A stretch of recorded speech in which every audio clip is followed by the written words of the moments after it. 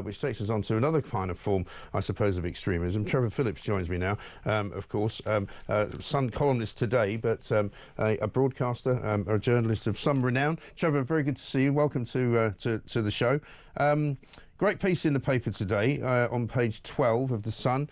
How 3 little girls paid a terrible price for someone's failure to tell between the dotty and the truly dangerous. I mean, it seems to me, and I don't know if you agree with this, that up until the moment that this man, whose name I try not to use, only because I don't want to give him any credence for what he did, was reported to prevent, the system seemed to work. You know, there were people in schools who said there's something wrong here.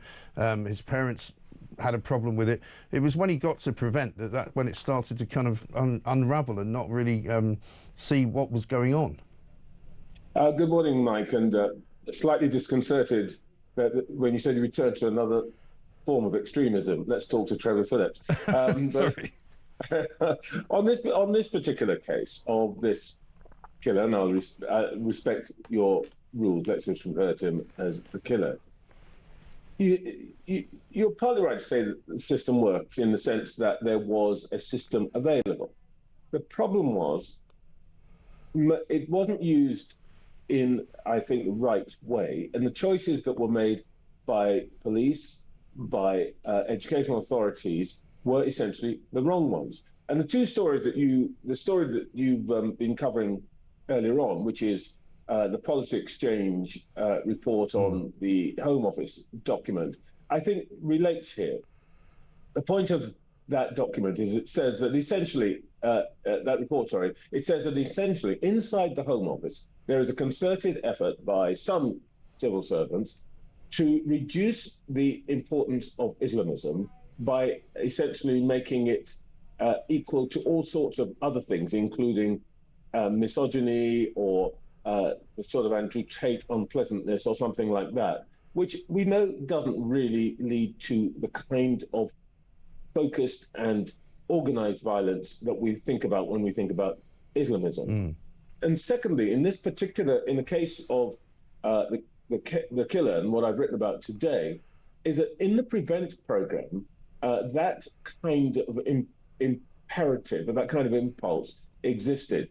And what they did in 2019-20 was to introduce a new category of terrorism, which they called no ideology. Right. Because the referrals and prevent from police and so on were categorized by whether Islamism or right-wing terrorism or whatever. What actually then happened was the 2/3 of the referrals, which were Islamism, suddenly became no ideology.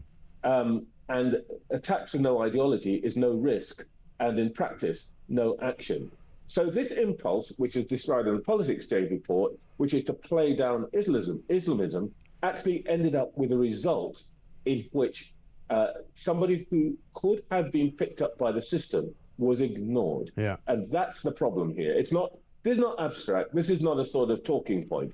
This ends up with 3 little girls dead and 23 other children and their teacher terrorized pretty much for the rest of their lives. Yeah, exactly right.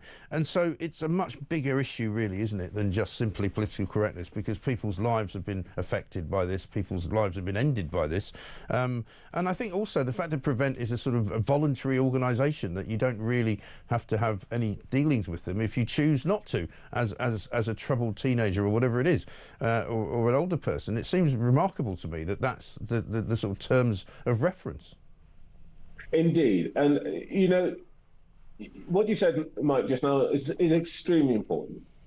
You know, we can take all sorts of risks in our lives about people we meet. You know, we meet somebody and we think, oh, well, maybe they might be a friend, maybe they're not. Anyway, you meet them 2 or 3 times, you realize that it's not going to work out. Not much lost, nothing ventured, etc. Right. If you have to make a judgment about whether somebody is likely to commit an act of terrorist judgment, you cannot take it that lightly. No. It has to be taken seriously. It's got to be investigated properly. And the pressures within the official system right now are to take certain kinds of suspicions less lightly. And the reason for that is very simple. Nobody wants to be called a racist or anti-Muslim. So what happens is, if you start to expand the definition of racist, or expand the definition of who is anti-Muslim based on a statement that they might make, which frankly is might not a statement that you and I might not agree with, but it's perfectly legitimate in this country. This is a country of free speech.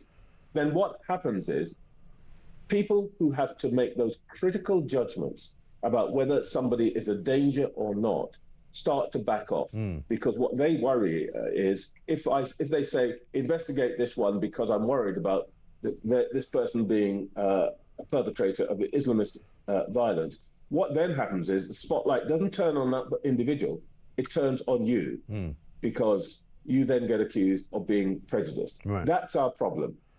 And that needs to be fixed. And how do you fix that problem, though? Well, I think, first of all, it's got to come from the top. And the government, the ministers have to make absolutely clear that what the security services say, which is that 3/4 of the terrorist threat that they investigate are Islamist threats. They are not right-wing threats. But there is a kind of orthodoxy that's developing within official circles that actually the right-wing threat is as big as the Islamist threat. And that's why all of this is happening, to try to equalize these things. So the first thing the Prime Minister and the Home Secretary have to do is to remind everyone where the real threat comes from. Secondly, they have to impose some discipline on their officials. This is, you don't get to be a civil servant and then follow your own policy. Right. You have to follow the facts and government policy. And I think those two things would make a big start in changing the situation. Right. The other really important point that you make, and I've been talking about this as well, is some of the discoveries that you made when you were actually asked by Gordon Brown to investigate a series of stabbings in London and why it was involving so many young black men. And you found out that many of them had come from war zones in Africa, like Ethiopia, like Somalia, like Congo, because a lot of the description of what happened in Southport was that the level of violence was just almost unprecedented. And you make the point, and I think this happened after the Balkans War as well, when we had an awful lot of people in Western Europe from places like Albania and Kosovo and Bosnia, that people who have been in those kind of conflict areas have a different approach to violence, have a different view of it, and a different kind of experience of it. Yes, and look, let me be absolutely clear about this.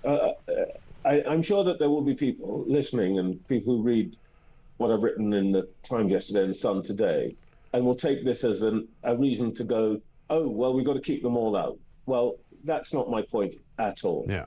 My point is a very simple one.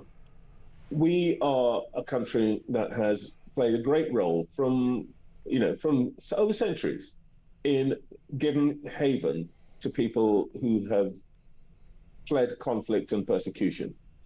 And I think that is the right thing to do. It continues to be the right thing to do. It is part of being who we are.